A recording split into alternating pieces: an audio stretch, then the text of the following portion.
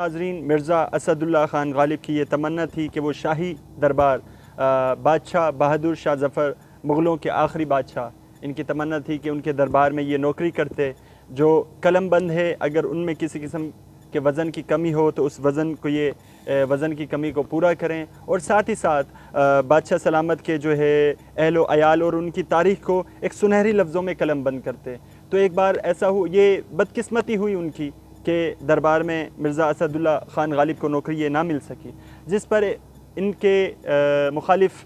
دوست استاد ذوق جو ہے نا یہ نوکری حاصل کرنے میں کامیاب ہو گئے تھے۔ یوں ہی ایک بار بیچ چوراہے پر گرمیوں کے موسم میں استاد ذوق کا بگی کے اوپر کچھ غلاموں اور بادشاہ سلامت کے نوکروں کے ساتھ گزر ہوا، جس پر مرزا اسد اللہ خان غالب کو دیکھ کر یہ استاد ذوق جو ہے نا اترانے لگے، جس پر اسد اللہ غالب نے ان پر ایک بہترین جو ہے نا اشعار کسا کہ ہوا ہے شہ کا مصاحب پھرا ہے اتراتا، وگرنہ شہر میں غالب کی آبرو کیا ہے، جس پر وہ اس موسم میں پسینہ پسینہ ہوتے ہوئے بادشاہ کے سامنے بوکھلاہٹ کا شکار کرتے ہوئے بادشاہ کو جا کے انہوں نے مرزا اسد اللہ خان غالب کی شکایت کی کہ انہوں نے جو ہے نا بیچ بازار لوگوں کے سامنے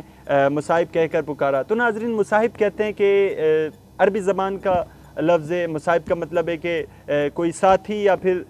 چمچہ گیری کرنے والا۔ تو کافی معیوب اس کو سمجھا، جس پر بادشاہ نے اپنے کچھ سپاہیوں کو پکڑنے کے لیے بھیجا۔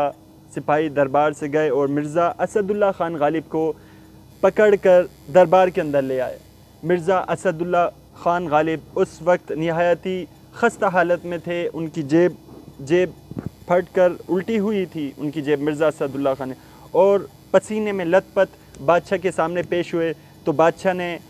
غصے میں مرزا اسد اللہ خان غالب سے کہا کہ تو ہے کیا ہے تو جس پر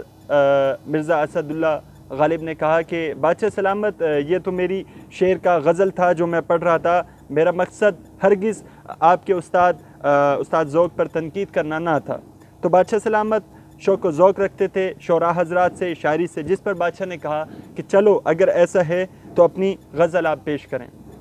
جس پر مرزا اسد اللہ خان غالب نے کہا کہ ہر بات پہ کہتے ہو تم کہ تو کیا ہے، تم ہی کہو کہ یہ انداز گفتگو کیا ہے۔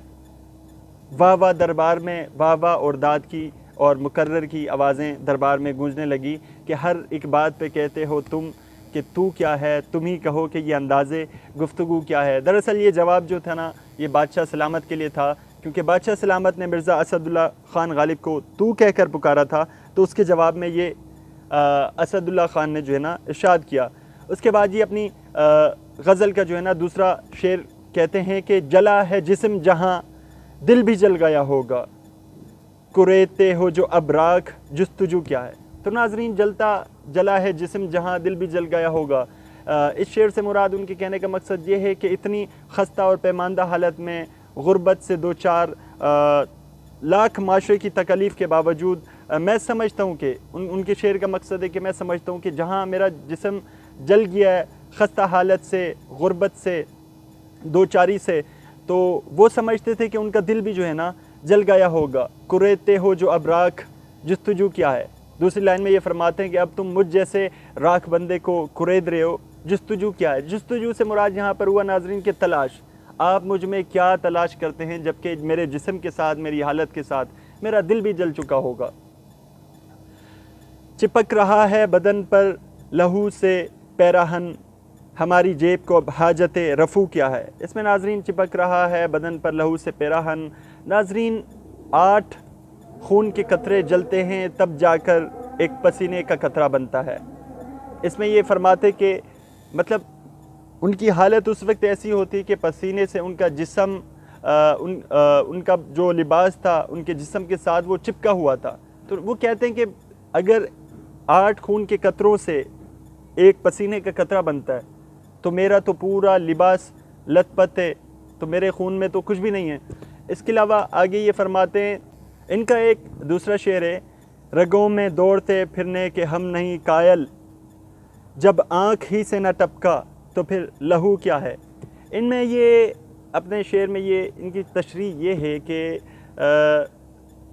ہمارا خون جو ہے نا ہمارے دل کی نوکری کرتا ہے، ہماری نسوں میں ہمارا خون گردش کرتا ہے، ہمارے دل کی نوکری کرتا ہے. جبکہ شعراء حضرات، فنکار اور فن کے ماہر لوگ، یہ بادشاہ ہو یا کوئی بھی ہو، اپنے فن اور ہنر کے حامل افراد جھکنا پسند نہیں کرتے. جب آنکھ ہی سے نہ ٹپکا تو پھر لہو کیا ہے. ان کے کہنے سے مراد کہ کسی کی حالت دیکھ کر اگر آپ کی آنکھوں سے آنسو نہ ٹپکا تو پھر میں سمجھتا ہوں کہ آپ کے جسم میں جتنا خون موجود ہے بلکہ وہ خون لہو نہیں بلکہ وہ پانی ہے. ناظرین، یہ تھی مرزا غالب کی کچھ اشعار بادشاہ سلامت کے سامنے، بہادر شاہ ظفر کے سامنے، جو ان کو پیش کیا گیا، جس پر انہوں نے اپنے اشعار سنائے. پورے دربار میں جو ہے نا واہ واہ کی آوازیں گونج اٹھی، جس پر ان کا کافی ان کے ساتھ اکرام کیا گیا، انعام دیا گیا ان کو، اور ان کو باعزت روانہ کیا گیا اور ان سے معافی کی درخواست کی گئی کہ ہم تو یوں ہی آپ پر برس پڑے. ناظرین، اگر آپ میرے اس یوٹیوب چینل پر نیو ہیں تو براہ مہربانی اس چینل کو سبسکرائب کر جائے گا. السلام علیکم ورحمۃ اللہ.